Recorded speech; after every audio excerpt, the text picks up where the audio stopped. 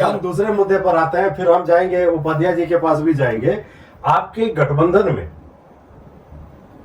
बहुत सारी पार्टियां हैं, बहुत सारी विचारधाराएं हैं, ये बात इनके ऊपर भी लागू होती है, बट इनसे हम बाद में सवाल करेंगे ये। तो इसके बाद इतनी पार्टियां होने के बाद सभी पार्टियों की अपनी अपनी विचारधाराएं हैं, सबका तालमेल कैसे बिठाते हैं आप, कैसे बिठाइएगा इस चुनाव में? क्योंकि 5 साल पहले की स्थिति और आपकी स्थिति में अंतर है। देखिए, इंडिया गठबंधन जो बनी, इंडी गठबंधन, इंडिया हम लोग उसको ऐसे इंडी गठबंधन जो बनी, ये गठबंधन के संयोजक तेजस्वी प्रसाद यादव जी, ठीक है, इनको बनाया गया, ठीक है, और सभी पार्टी मिलके एक अलायंस किया है। इसमें किसी के अलग अलग कोई विचारधाराएं नहीं। जब आप सरकार बनाते हैं, सारी पार्टी एक साथ आती है, तो पार्टी का जो मैनिफेस्टो होता है वही विचारधारा होती है, और वो विचारधारा सबका एक होता है। इसमें कहीं ये नहीं है कि आज सीपीएम का अलग विचारधारा हो जाएगा और क्या मुकेश जी का अलग हो जाएगा, तेजस्वी जी का अलग हो जाएगा, कांग्रेस का अलग हो जाएगा। ऐसी कोई विचारधारा नहीं है। सामाजिक न्याय एक विचारधारा है, उसके तहत ये 6 पार्टी अलायंस में 7 पार्टियां हैं, जो 7 पार्टी एक स्टेज पे खड़ा होगा। तो क्या इसी विचारधारा के तहत जो बिहार के लोग दूसरे स्टेट में है, जहां पर उनको गाली दी जाती है, और वो आपके ही अलायंस की पार्टी की सरकार है वहां पर, तो आप इस वजह से उनको जवाब नहीं देते, क्या बोलते नहीं कि बिहारी को गाली क्यों देते हो आप?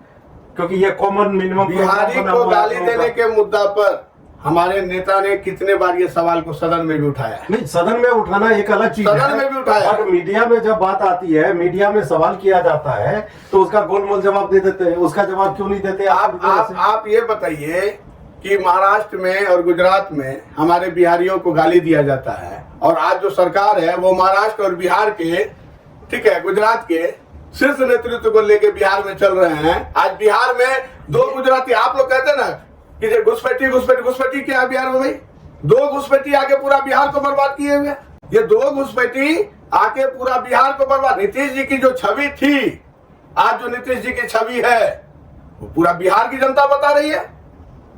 तो आपके कहने का मतलब है ये जो एसआईआर हुआ, एसआईआर सिर्फ घुसपैठिए को निकालने के लिए था क्या? सिर्फ घुसपैठी को निकाले? नहीं, सिर्फ अभी बिहार में लगभग 65 लाख लोगों का नाम कटा है वोटर लिस्ट से। बिल्कुल, लगभग, बिल्कुल। तो उस 65 लाख में कुछ न कुछ तो घुसपैठिए होंगे।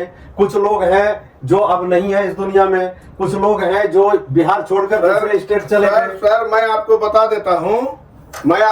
देता हूँ, राजनीतिक रोटी सेकने के लिए मैं अभी आपको बताता हूँ, पूर्णिया के लोगों का नाम धमधा विधानसभा में है, पूर्णिया के लोगों का नाम बनमनखी विधानसभा में है। तो उसी को ठीक करने के लिए था ना? नहीं, सुन लीजिए, जो घुसपैठी को हटाने की बात भारतीय जनता पार्टी या एनडीए के द्वारा किया गया, आप हमको एक भी लिस्ट दिखा दीजिए, क्या उन्होंने प्रूव कर पाया कि ये घुसपैठी है? कितने % घुसपैठियों को निकालने का काम किया वो? ये तो ठीक है दोस्तों, एक बात तो जरूर है हमारे देश में कि यहाँ पर आरोप प्रत्यारोप बहुत होता है। अपने बात का सीधा जवाब कोई भी लीडर देना नहीं चाहता है। मैंने आपसे बात करी है आपकी पार्टी के बारे में, आपने दोष दे दिया एनडीए अलायंस के ऊपर, लेकिन आपने ये नहीं जवाब दिया, आपने मेरे सवाल का जवाब नहीं दिया।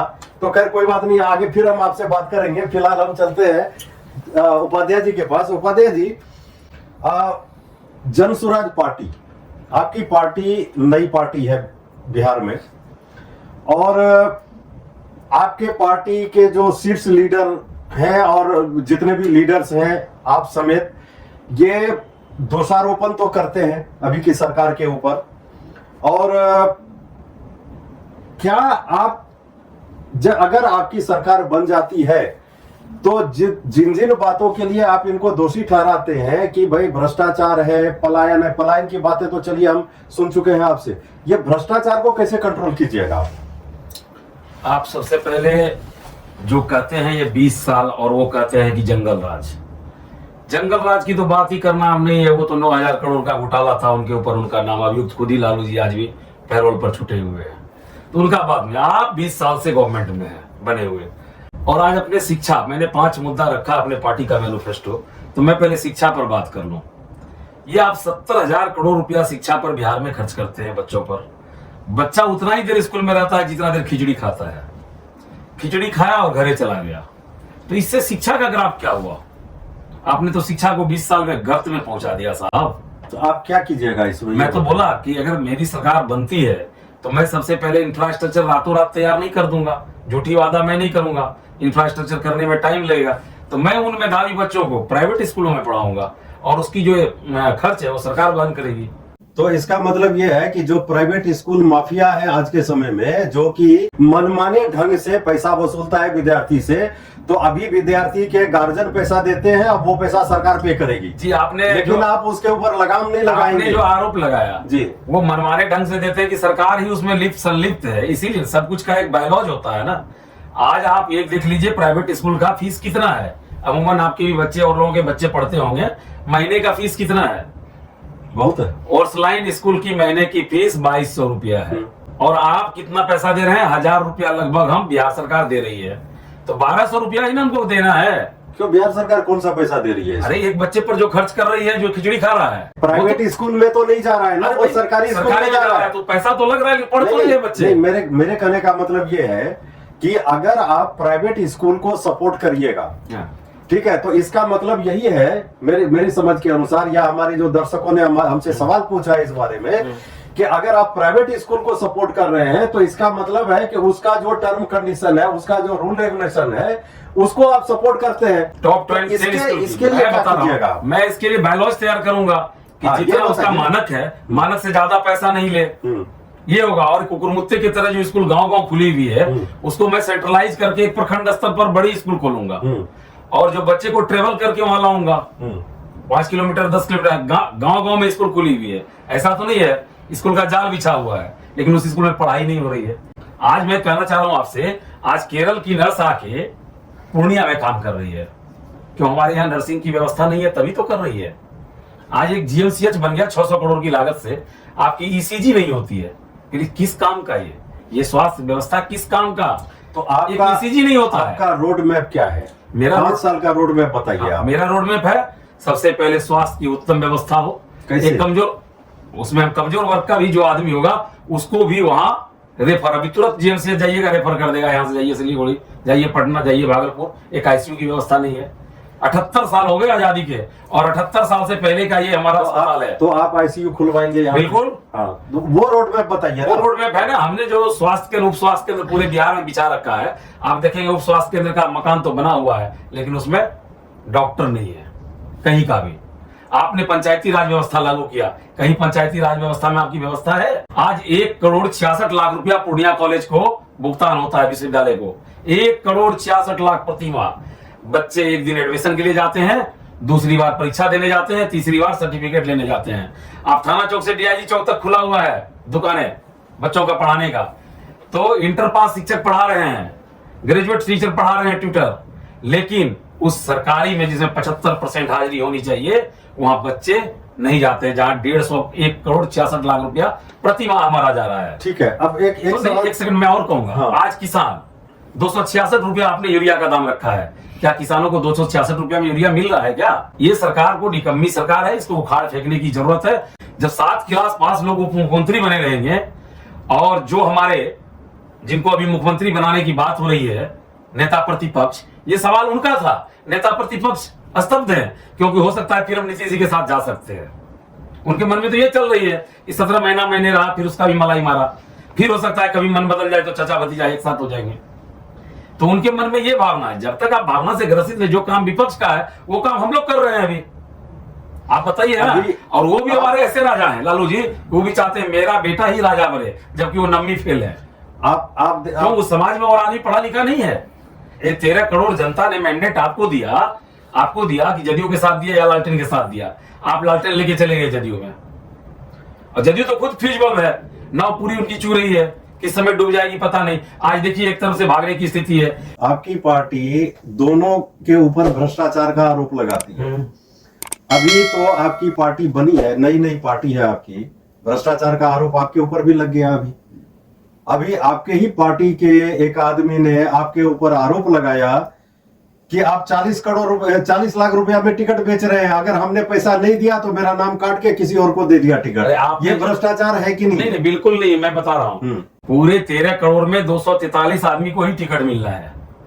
243 को ही टिकट मिलेगा ना, तो जिनको नहीं मिलेगा तो वो तो कुछ बोलने के लिए उनको चाहिए ना। तो मतलब मेरी वो पार्टी झूठ बोल ऐसी रहे है, हो। मेरा संविधान ऐसा है, वो झूठ बोल रहे हैं। बिल्कुल मेरा संविधान ऐसा है कि मैं पब्लिक से जाके ओपिनियन पोल लेता हूँ, उसके बाद उसका पोस्टल बैलेट होता है, पब्लिक जिसको बोलती है उसको टिकट देता हूँ। मैंने 51 का अभी लिस्ट रिलीज किया, मैं केसी सिन्हा जिसके हमारे बच्चे इंटर में मैथ पढ़ते हैं, मैंने उस शिक्षाविद को टिकट देने का काम किया। नहीं, मैं वाई गिरी को टिकट दिया, अगर वो जो झूठ बिहार बोल के रहे हैं, एक नामी ग्रामीण वकील हैं। अगर वो झूठ मैं बोल उस रहे किंडर हैं, को टिकट दिया जिसको समाज आयोग उपेक्षा करता है। नहीं, और सुनिए ना, हाँ। अगर वो झूठ बोल रहे हैं तो आपकी पार्टी ने इस बात का खुलेआम खंडन क्यों नहीं किया बिल्कुल कि वो किया। झूठ बोल रहे हैं? कहीं तो अब मीडिया में कहीं नाम नहीं है इस बात का, अरे, कहीं कोई रिपोर्ट नहीं है इस मीडिया बात में का। नहीं है, मीडिया में आप जिस समय पूछेंगे उस समय खंडन करके आपको दिखाऊंगा। हमारे यहाँ ये बेड़ है, 12,000 प्रत्याशी हैं, मिलना 243 को है, बाकी काम 12,000 प्रत्याशी क्यों रखा आपने? वो भी तो भ्रष्टाचार है। प्रत्याशी से पैसा तो ले लिया आप। जी ने मैंने 21,000 रुपया उनका इसलिए लिया है कुछ कि आप- प्रत्याशियों ने हाँ। मुझे फोन करके बताया, हाँ। मैं नाम नहीं हाँ, लूंगा, ठीक है। मुझे फोन करके बताया कि मुझसे इतना खर्चा करवा लिया गया, लेकिन अब मुझे टिकट नहीं मिल अरे रही भैया, है। मैं बिहार बदलाव के लिए आपको बोला, ये नहीं बोला कि आप टिकट 21,000 दे दो और 21,000 में तो तुम्हें खर्चा टिकट आपने उसका क्यों मैं करवाया? खर्चा के लिए कहा बोला, मेरा सारा जनस्वराज पार्टी की जो व्यवस्था है वो खर्च करती है। एक बैनर पोस्टर भी ये नहीं लगाना है, सारा हमारा आता है अपना। चलिए, पार्टी एक का। चीज बताइए आप। और मेरी पार्टी पहली पार्टी देश की है, देश की, बिहार की नहीं, जो 200 करोड़ अपना रुपया जीएसटी और इनकम टैक्स काट के पार्टी को दिया। 2 लाइन में बोलना चाहता हूँ। शिक्षा पे इन्होंने बात किया और आरोप लगा रहे, आपने सही जवाब दिया था कि संविधान में जिस समय संविधान बन रहा था, डॉक्टर राजेंद्र प्रसाद और बाबा साहब अम्बेडकर के द्वारा जो बनाया जा रहा था, उसमें हमारे देश में बहुत सारे ऐसे लोग थे जिनको शिक्षा का कोई और उनको प्रतिनिधित्व नहीं मिलता, इस कारण शिक्षा का वहाँ कोई मूल्यांकन नहीं था। आप अनपढ़ लोग भी लोकसभा और राज्यसभा या विधानसभा जा सकते थे, लेकिन इनके पार्टी से पूछना चाहिए, दोनों पार्टी पे आरोप लगा रहे हैं, इनके जो राष्ट्रीय अध्यक्ष है वो कितने पढ़े लिखे हैं, इनको भी अपने गिरबान में झकना चाहिए।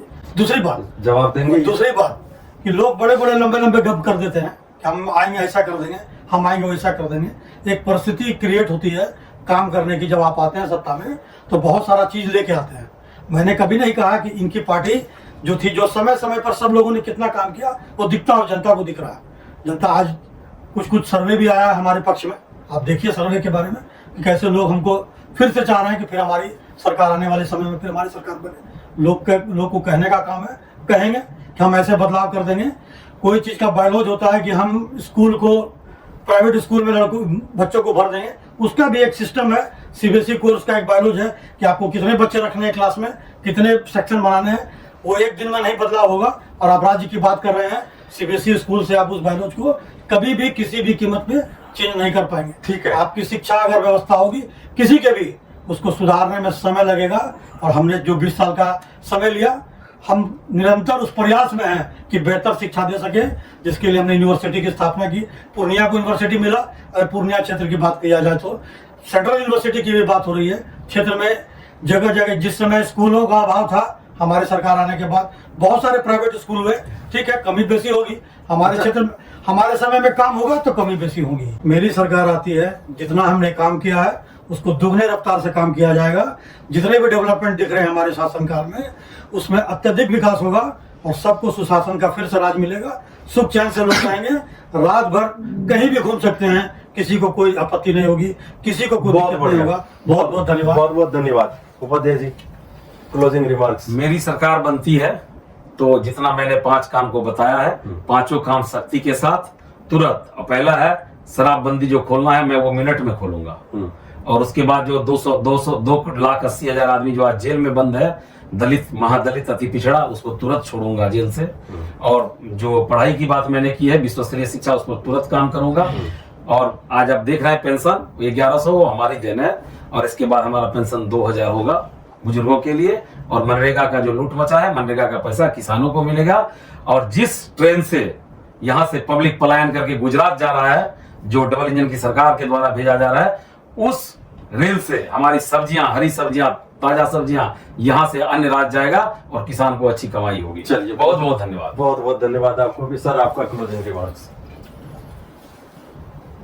देखिए, हमारी सरकार बनती है तो माननीय नेता ने जो जनता से कमिटमेंट किया है कि प्रत्येक महिला को 2500 रुपया प्रति माह, 200 यूनिट बिजली फ्री, दिव्यांग पेंशन, वृद्धा पेंशन, विकलांग पेंशन को 1500 रुपया करना है, और जो रोजगार के मामले में अभी नेता ने कहा है कि प्रत्येक परिवार को एक सरकारी नौकरी, जो लक्ष्य रखा गया है हमारे नेता के द्वारा, जो मैनिफेस्टो में है, उसको हम लोग निश्चित रूप से धरातल पर लाने का काम करेंगे।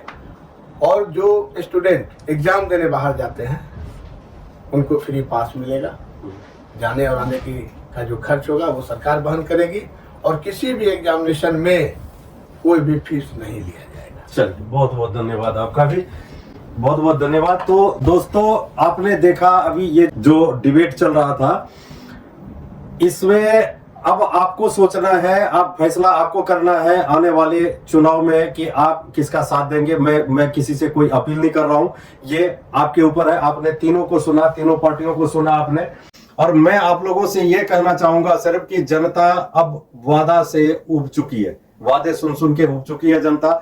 जनता को चाहिए जवाब कि आपने जो पिछली बार जो वादा किया था उसका इस बार में आपने जो 5 साल का जो आपका टर्म था उसमें आपने कितना वादा निभाया और आगे आप क्या निभाएंगे। तो दोस्तों, ये था हमारा आज का विशेष कार्यक्रम। हम ऐसे ही कार्यक्रम और लेकर आते रहेंगे आपके लिए, और ना सिर्फ इलेक्शन तक, इलेक्शन के बाद भी हमारा ये कार्यक्रम निरंतर चलता रहेगा। तो आपसे रिक्वेस्ट है कि वीडियो को लाइक कीजिए, शेयर कीजिए और चैनल को सब्सक्राइब करना ना भूलिए। और बहुत बहुत धन्यवाद आप लोगों का, आप लोगों ने समय दिया, और मिलते हैं एक नए एपिसोड में। तब तक के लिए थैंक यू वेरी मच, धन्यवाद।